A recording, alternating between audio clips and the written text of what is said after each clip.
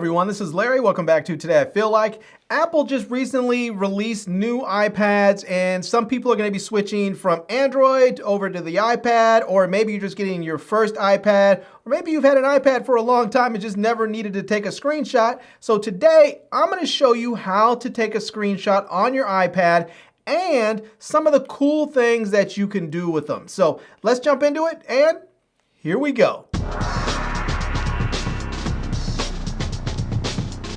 All right, so on the iPad, there's actually two different ways that you can take a screenshot. One using the buttons, the other one using your Apple Pencil if you have it. So quickly, let me just show you how to use it with your Apple Pencil. So here we are on my iPad, and I'm just gonna go to my website here. So this is my photography website. And what you can do is just simply take your Apple Pencil and swipe up all the way from the bottom, just from like where the bezel is, just swipe up. Oops, let me go ahead and get that there. Make sure you just swipe on up, and you'll see there, it'll automatically do a screenshot, and it is there ready for you to work with. Now you can actually crop this. So let's say that you want to crop this, you can bring that down and crop that like that. You can add something on there. Let's say you want to add a text box. You can go ahead and you can drag a text box there, and then you can type in there and say, let's say that you're working with a web developer. You can say, please, fix this, and show them where you want the fix. If you want to add a signature in there, let's say you want to add a signature, you can come in here, click signature, and then you can go ahead and put a signature in there. Click done, and now you can click that, drag it over here, and you can move it wherever you want to show it. So yeah, pretty cool. You can even do other things, like you can highlight an area. So let's say that you want to add the magnifier. You can grab that and say, oops, let me just click out of that. If you make a mistake, just simply click the back button right there.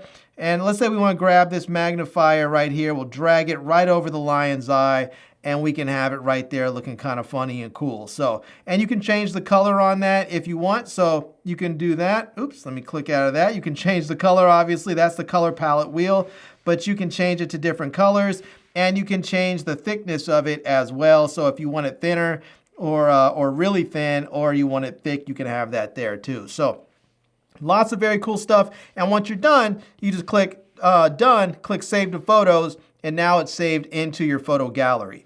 Now, the other way to do it is to actually go ahead and click on the upper volume button and your home button right there, or the power button. Click that right there, and there you go. You now have a screenshot that's taken, and it's right there. It's so fast you probably didn't even see it. So I'm going to delete that. I'm just going to click it again. The top volume up button and the power button, click them together at the same time, and there you go. You'll see a flash, and we have it there. And again, you can do all the same things that you want. So let's say that you want to draw on this. You can click there, and then you can start drawing on here if you wanted. You can let's say you were working with a retoucher and you want to show them that. You can go ahead and you can start drawing it where you want your edits and stuff to go. So, and then when you're done, you just simply go ahead and hit save to photos. Now, there's another option on here as well that you can do if you go ahead from a website like this. So let's say that you were in here and you went to the models section, and you want to show your friends all the great models on this page. You can go ahead and take your screenshot there, and now you can go ahead, when you go to edit, you'll see up on top where it says screen and full page. If you click full page there, it's then going to have the full page there available to you. It's going to show all that whole page right there that is available. And so, yeah, there you go. All right, and you can do that same thing here. Let's go ahead. We'll just hit delete on that one. We'll go back, and this is the full home page. I'll go ahead, let me swipe up from the bottom again. We'll click that, and now I'll click on full page, and now we can go ahead and scroll right there and see that's what it's going to look like there. I'm going to go ahead and click done, and now I can save this as a PDF to files. And there we go. It's going to be in my downloads section there. I can click that right there if I want to open that up, and I can rename that if I want to rename it. I'm just going to hit cancel there, and I'll hit cancel out of that. So there you go.